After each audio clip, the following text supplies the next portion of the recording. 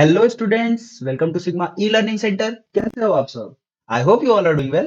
Today we are going to discuss a small but important topic, that is relation between electric field and electric potential. But before we start our lecture, I request you all to hit the subscribe button and subscribe our channel. So let's get started with a quick revision of some of our previous concepts. Okay? तो ये है sir आपका relation between electric field and electric potential का start. तो sir इसमें आपको सबसे पहले पता होनी चाहिए इलेक्ट्रिक फील्ड की स्ट्रेंथ क्या होती है at any point due to a point charge. तो सर ये आपको पहले से पता है, किसी सोर्स चार्ज Q की वजह से किसी पॉइंट पे जो कि सोर्स चार्ज से r डिस्टेंस पे है, इलेक्ट्रिक फील्ड की स्ट्रेंथ क्या होती है? 1/4 pi epsilon not Q by R square. और उसी पॉइंट पे इलेक्ट्रिक पोटेंशियल क्या होगा? V is equal to 1/4 pi epsilon not Q by R. तो ये आप अभी अपने दिमाग में रखना, बाद में इसका कहीं यूज आएगा तो मैं बता दूंगा। ठीक है, आगे चलते हैं। उसके बाद बेटा आपको पता था कि force on any charge in an electric field due to a point charge. तो बेटा ये तो आप कूलम्स लॉ से निकाल सकते हो, लेकिन फोर्स और जो इलेक्ट्रिक फील्ड है उसके बीच में एक रिलेशन होता है बेटा, कि अगर कोई आर्बिट्री चार्ज को हम पहले से स्टैब्लिश किसी इलेक्ट्रिक फील्ड में ले जा रहे हैं तो F is equal to Q ही निकलता था। तो ये अपने काम की चीज है, इसको आप याद रखोगे। अब चलो आते हैं अपने टॉपिक पे। सपोज करो बेटा कि एक पॉइंट है, ओके, एक पॉइंट है O, इस पे कोई चार्ज है Q, ठीक है, और ये एक पॉइंट है A और ये एक पॉइंट है B। जो ये रिलेशन होता है बेटा, इसको निकालने के लिए हम इक्विपोटेंशियल सरफेस वाला डेरिवेशन भी कर सकते हैं, बट उसका कोई बहुत बड़ा सिग्निफिकेंस नहीं है। तो दैट इज वाई वो सिर्फ आपकी कॉन्सेप्ट को और कॉम्प्लेक्स करेगा, इसलिए हम उसको नहीं कर रहे हैं। तो बेटा एक बात बताओ, ये चार्ज Q है तो इसकी वजह से बेटा इलेक्ट्रिक फील्ड भी होगी, इस चार्ज Q की वजह से इलेक्ट्रिक फील्ड भी होगी, जो डिस्टेंस के साथ वेरी करेगी।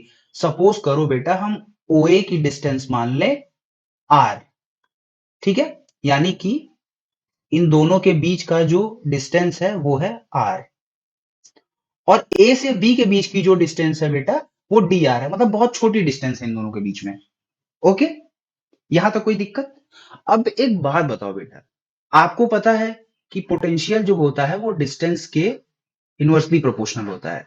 मतलब जैसे जैसे आप डिस्टेंस बढ़ाओगे सोर्स चार्ज से, वैसे वैसे पोटेंशियल की वैल्यू कम होती जाएगी। तो अगर हम इस पॉइंट ए पे पोटेंशियल अज्यूम कर लें V, तो जब हम dr डिस्टेंस मूव करेंगे इधर, यानी हम सोर्स चार्ज से दूर जा रहे हैं, तो यहां पॉइंट बी पे हम पोटेंशियल मान सकते हैं V माइनस dv। अब हमें dv की वैल्यू नहीं पता है कितनी है, लेकिन हम ऐसा मान रहे हैं कि हम एक इनफाइनाइटेसिमल डिस्टेंस अगर हम दूर जाएंगे सोर्स चार्ज से, तो एक छोटा सा चेंज dv हो जाएगा, यानी अब पोटेंशियल पहले से रिड्यूस हो गया। पहले v था, अब dv हो गया। यहां से क्या मिल गया बेटा, कि जो पोटेंशियल एट पॉइंट ए है उसको हमने v अज्यूम किया है, और जो पोटेंशियल एट पॉइंट बी है उसको हमने v माइनस dv अज्यूम किया हुआ है। यहां तक कोई दिक्कत है बेटा? ठीक है, चलो अब आगे चलते हैं। अब बेटा एक बात बताओ, अगर हम एक यूनिट टेस्ट चार्ज ले लें Q0, जिसकी वैल्यू हो +1 कूलम।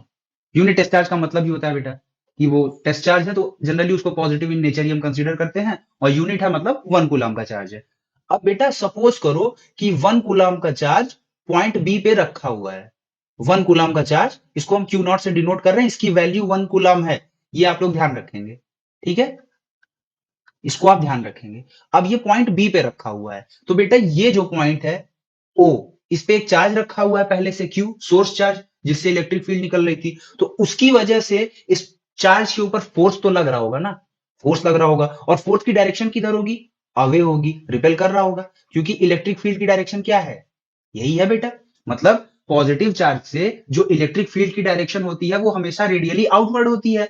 तो इसकी वजह से जो इलेक्ट्रिक फील्ड होगी उसकी डायरेक्शन किधर होगी? इधर ही होगी। तो अभी बेटा इसके ऊपर एक फोर्स लग रहा है और ये ले आके रख दिया गया यहाँ पे, तो इसका पोटेंशियल अभी क्या है? V माइनस टीवी है।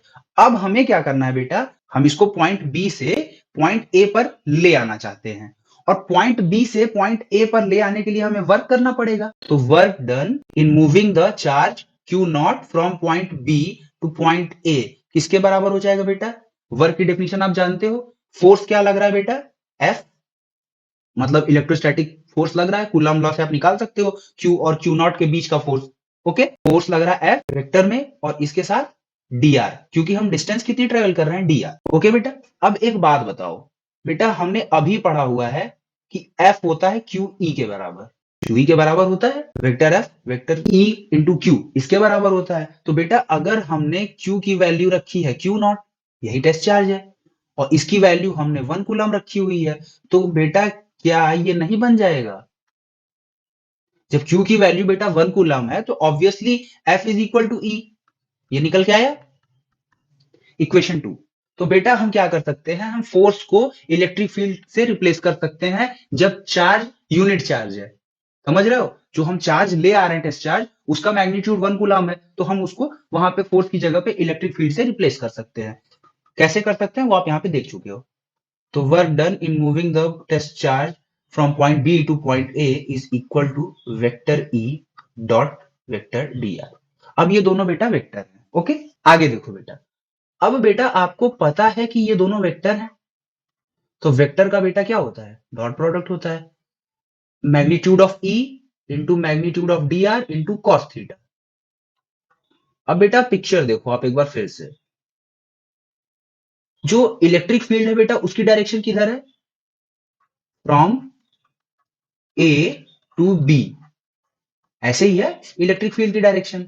लेकिन जो डिस्प्लेसमेंट हो रहा है उसकी डायरेक्शन किधर है, फ्रॉम बी टू ए, इधर हो रही है डी आर, क्योंकि आप ले आ रहे हो ना, आप जबरदस्ती उसको ले आ रहे हो तो वो बी से ए जा रहा है।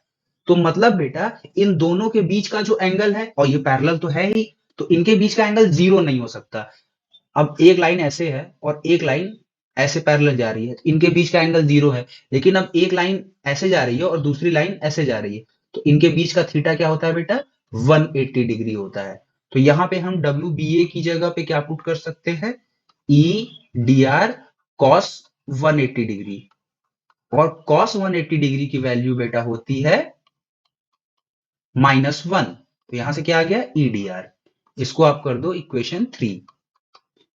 ओके, अब एक बात बताओ बेटा, पोटेंशियल डिफरेंस क्या होता है?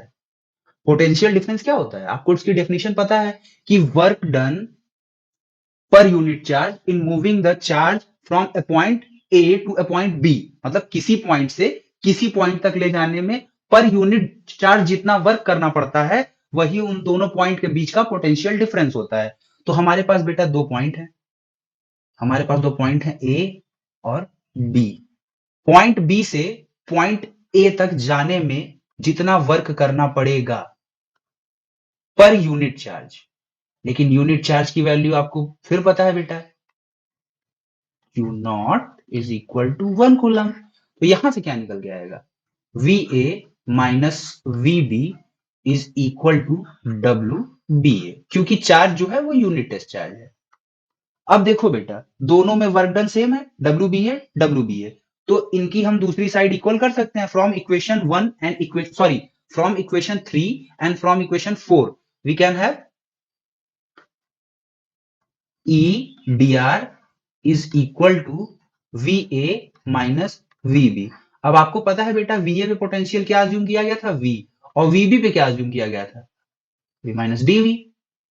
तो v minus V plus D V, ये किसकी वैल्यू आ गई, ई डी आर की। ठीक है बेटा, तो ये कैंसिल हो गया, E D R is equal to D V. Okay, अब यहां से आप क्या निकाल लोगे, E is equal to minus D V upon D R, ये आपका रिलेशन आ गया